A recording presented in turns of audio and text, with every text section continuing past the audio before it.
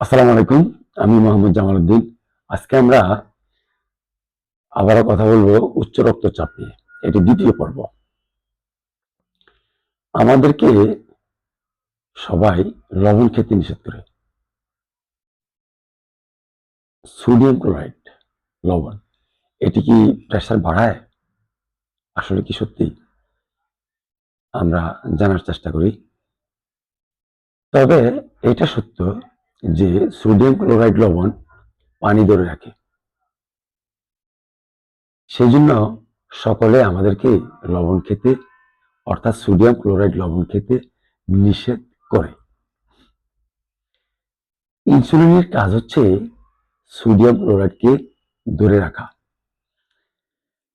আমরা যদি ভাত, রুটি, ফল, দুধ, ডাল, চিনি, মিষ্টি জাতীয় জিনিস খাই, এগুলো হলো শর্করা জাতীয় খাবার। অর্থাৎ আমরা স্বাভাবিকভাবে যে সকল খাবার খাই, এগুলো হলো কি শর্করা জাতীয় খাবার। শর্করা নিজেই পানি ধরে রাখে।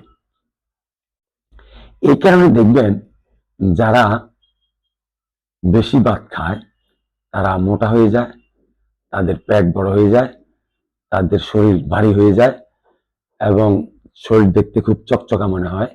বাট শরীর যত বেশি স্থূলতা বাড়ে, মোটা হয়, তখন তাদের শক্তিও ধীরে ধীরে কমে যায়। তাহলে আমরা কি করব? আমরা কিছু দিনের জন্য শর্করা জাতীয় খাবার খাবো না। শুধু শাকসবজি জাতীয় শর্করা,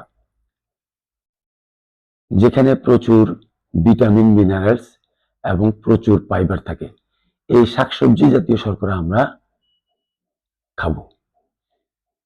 আর সাথে বা আগে পরে আমরা পরিমাণ মতো বাদাম খেতে পারবো। এক্সট্রা ভার্জিন অলিভ অয়েল দিয়ে শাকসবজি, সালাদ একসাথে মিক্স করে খাবেন।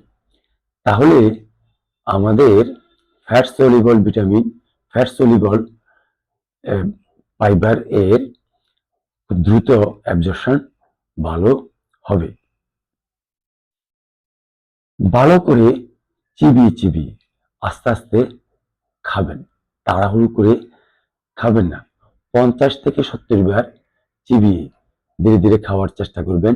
এতে খাবার খুব দ্রুত হজম হবে এবং আপনি খাবারের স্বাদ অনুভব করতে পারবেন।